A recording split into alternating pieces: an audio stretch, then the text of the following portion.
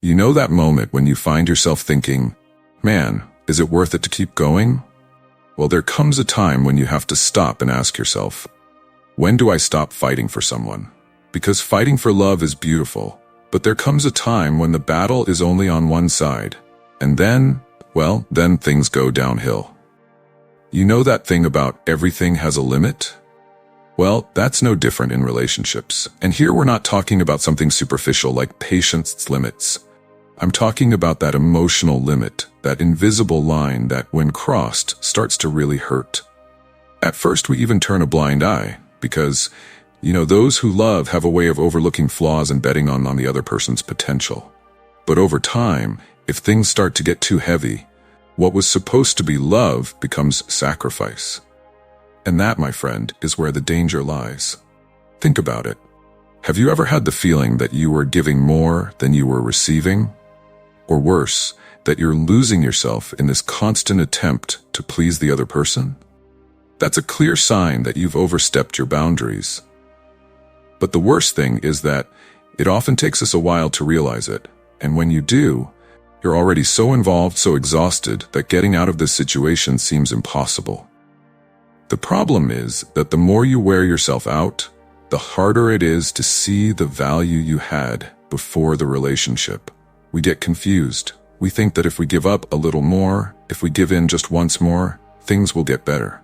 Spoiler, they won't. Because in reality, the limit has been broken, and the other person has already settled for the fact that you're always going to give in. But how do you know when it's time to stop fighting? There's no exact formula, but I'll tell you one thing. If you've ever found yourself questioning this, it could be a strong indication that the limit has been crossed. Deep down, we always know. We can sense when the effort is one-sided, when only you are trying and the other person is just there, taking up space and accepting your sacrifices without lifting a finger. When you're in a balanced relationship, it's easy to see that the efforts are mutual. One takes care of the other, both are concerned with maintaining harmony. But if you feel that you're carrying the relationship on your back, that the other person doesn't give a damn about how you feel or how much you've sacrificed, that's a red flag. And then you have to ask yourself, is it really worth continuing to insist on this? Because look, no one should have to beg for love, attention, or respect. If you find yourself doing this, the relationship is no longer healthy. You're fighting for something that probably doesn't exist anymore. True love is not based on constant fighting. Of course, every relationship has its ups and downs, and it's normal that, at times, we have to try harder to keep things going. But if that effort has become routine, if you're always giving up on yourself to keep the relationship going, that's when the limit has been crossed. What's more, when you decide to respect your own limits, you begin to understand the value you have. And that's liberating. It hurts, of course. It hurts to realize that the person you love may not be the right one for you. But you know what hurts even more? Continuing to hurt yourself, day after day, in the name of a relationship that only brings you pain and emotional exhaustion. The big thing here is to understand that your limits are important. They exist to protect you, to ensure that you don't lose who you are. And when you learn to respect that, things change. You start to value yourself more, to realize that it's not worth fighting for someone who doesn't respect those boundaries. You deserve someone who is willing to fight alongside you, not someone who expects you to fight alone. So the next time you find yourself at this crossroads, ask yourself, am I respecting myself or am I sacrificing myself? Because at the end of the day, not fighting for someone isn't weakness. It's an act of self-love. It's telling yourself that you deserve more, that you're worth more. And you know what? You really are. If there's one word that defines the end of many relationships, it's wear and tear. Man, there's no escaping it. When only one side is making an effort, sooner or later tiredness hits. And it's not the physical tiredness of running a marathon. It's emotional fatigue, which gradually sucks away your energy until one day you just can't do it anymore. And you know what's worse? Often this weariness comes on so subtly that you don't even notice it at first. Think of a rope. At first, it's fine, it's strong, it's secure. But if you start pulling only on one side, without the other side making any effort to balance it, it weakens. It gets thinner and thinner until one day, it bursts. That's exactly how it is in a relationship. If the effort always comes from one side, the other side gets comfortable, settles in, and you, who are there pulling on the rope, feel the weight increasing more and more. And how do you know you're wearing out? The signs are there, all the time. You start to feel a constant frustration, a dissatisfaction that grows inside you. Small quarrels that used to be unimportant start to take on greater weight. The lack of reciprocity becomes more evident. And with every attempt to improve things, it seems like you're just talking to the wind. The other person doesn't change, doesn't do anything to lighten the load you're carrying. One of the first signs of this wear and tear is the feeling that, no matter how hard you try, things are never enough. You start to question your own attitudes. Am I doing something wrong? Am I not trying hard enough? And in the process of blaming yourself, you end up trying even harder. But that's the thing. You're not the problem. The problem is that the other side is no longer committed in the same way. And no matter how hard you try, this equation doesn't work. And it's not just emotionally that wear and tear manifests itself, you see. Your body starts to feel it too. Stress, insomnia, that constant feeling of being on the edge. It's as if your mind is on alert all the time, always waiting for the next conflict, the next disappointment. And when that happens, it's a sign that things have been over the line for a long time. You know that saying, prevention is better than cure? In relationships, it's the same.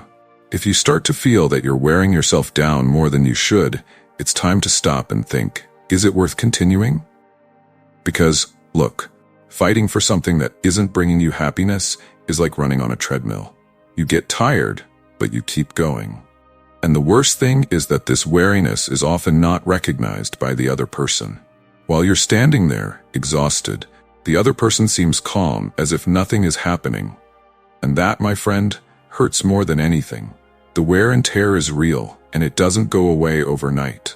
On the contrary, it accumulates until one day you just can't take it anymore. And that's when many people give up, but not because they want to. They give up because they no longer have the strength to carry on fighting alone. And there's nothing wrong with that. Sometimes giving up the fight is the healthiest thing you can do for yourself. Once you recognize that you've worn yourself out, the next step is difficult but necessary. Deciding whether it's worth continuing the fight. Because frankly, if the other side isn't willing to fight together, you'll end up fighting against yourself. And my friend, that's a battle that nobody wins. So if you feel like you're wearing yourself out more than you should, that you're making all the effort while the other person doesn't seem to care, it's time to rethink. Perhaps letting go of that rope is the best thing you can do for yourself. Because at the end of the day, it's not worth destroying yourself over something that isn't doing you any good.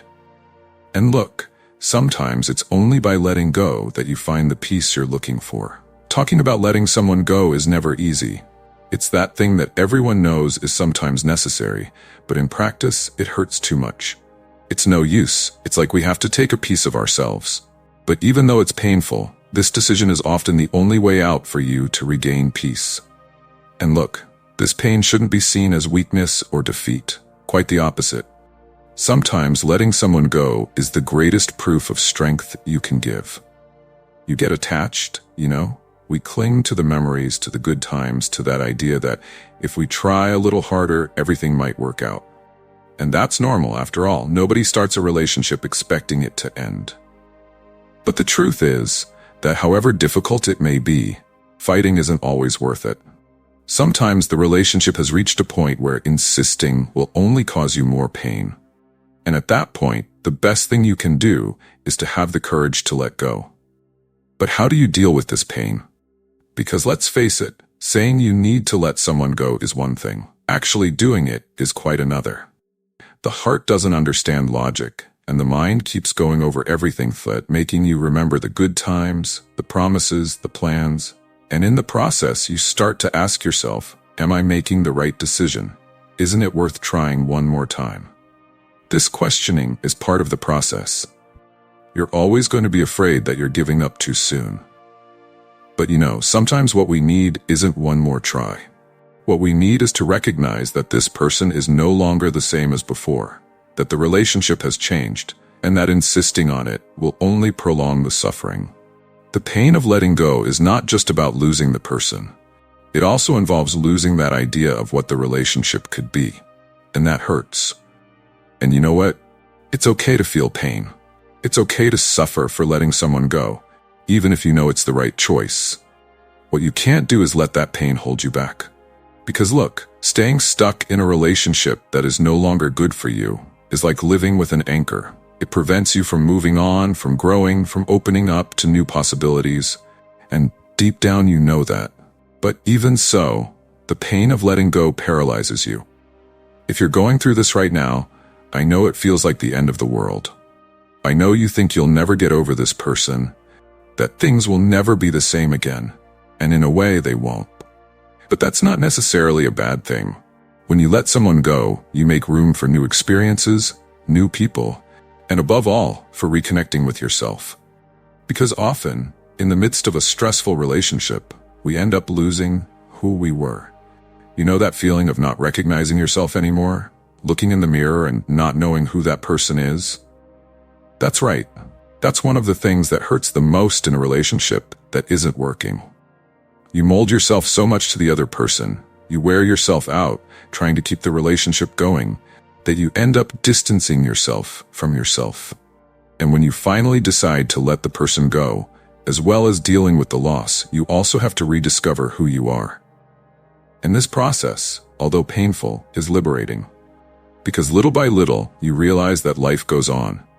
The pain subsides, nostalgia gives way to acceptance, and you begin to see that this decision, however difficult it may have been, was the best thing you could have done for yourself. Letting someone go is an act of self-love. It's telling yourself that you deserve more than crumbs of affection, more than a relationship based on sacrifice. So yes, the pain of letting go is real. It's intense, it messes everything up inside, but it's also temporary. And in the end, what you'll realize is that by letting someone go, you've given yourself the chance to start again, to find yourself again. And that, my friend, is worth every tear. It's not always easy to see when a relationship has reached its limit. Often, we're so emotionally involved that we can't see the obvious signs that something is no longer working. But those signs are there. They appear in small gestures, in daily attitudes, in unspoken words. And the big question is, are you paying attention? One of the first signs that it's time to stop fighting for someone is the constant feeling of exhaustion. Relationships, as challenging as they can be, shouldn't leave you completely drained all the time. If you feel like you're carrying a huge weight on your back, that the relationship only wears you down, and that nothing seems to be enough, that's a big wake-up call. You're investing a lot and getting little in return. Another clear sign is when communication begins to break down.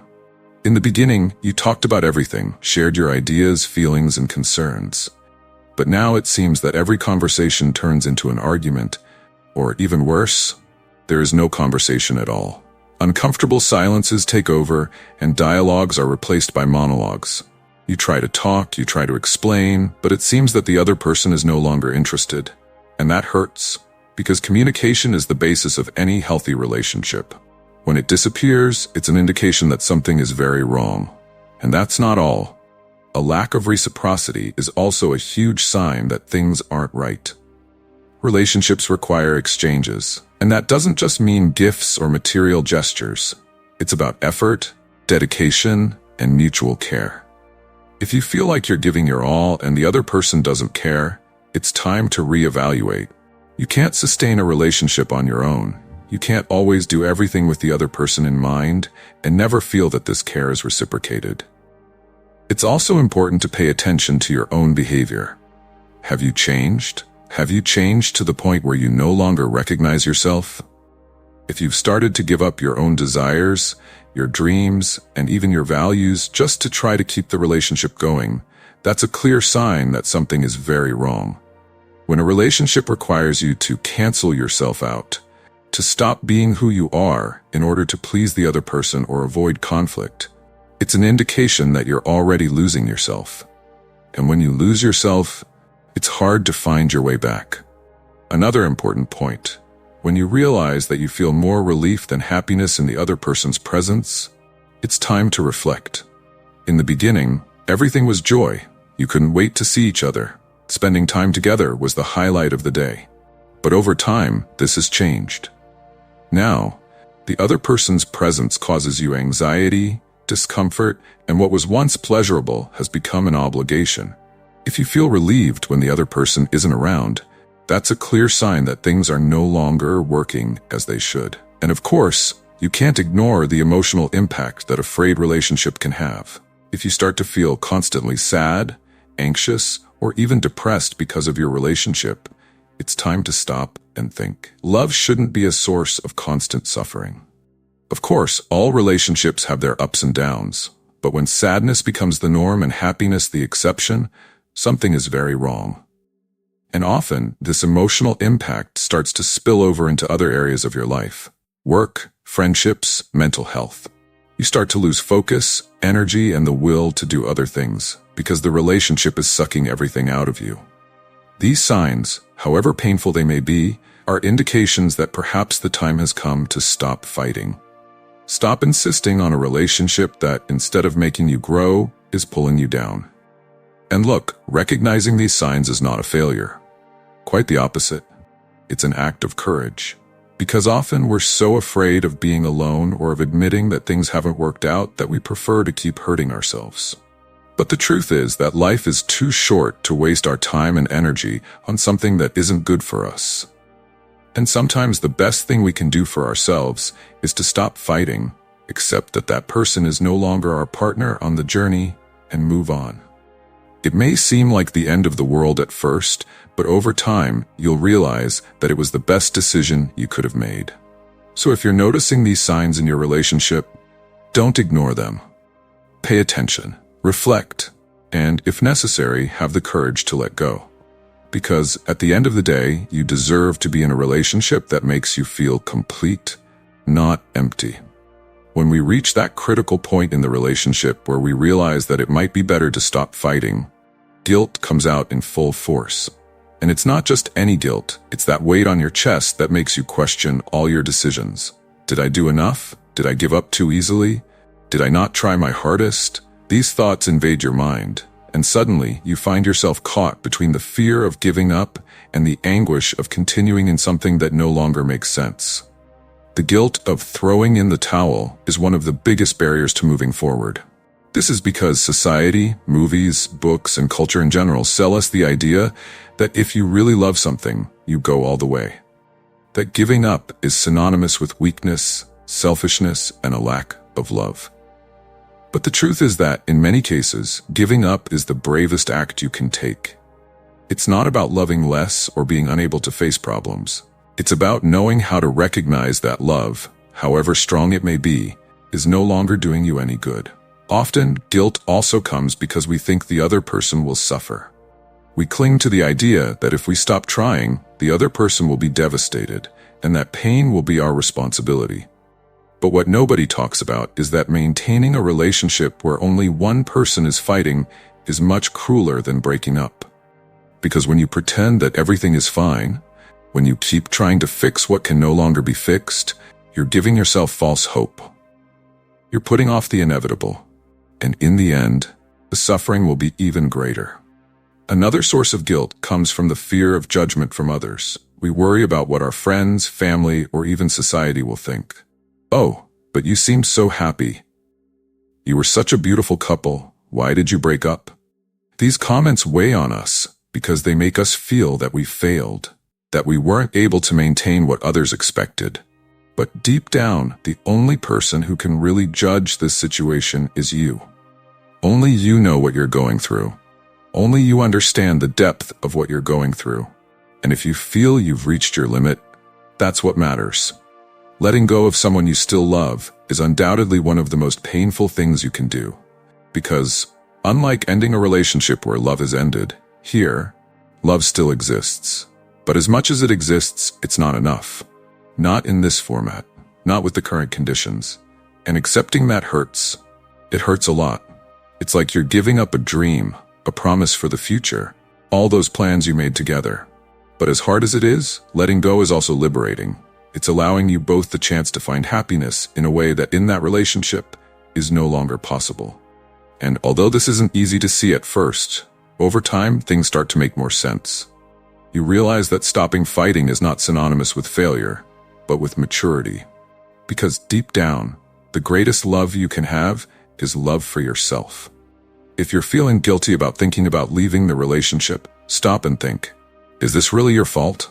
Or are you carrying expectations that have come from outside, from other people, from society? Often, we carry burdens that aren't even ours, just because we don't want to disappoint anyone. But the truth is that trying to please others will never bring you peace.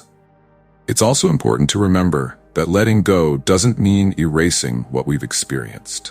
The good times, the laughs, the achievements, these are all part of your story. And nothing and no one can take that away from you. Ending a relationship doesn't erase the past. On the contrary, it's a way of honoring what you had, recognizing that now things have changed.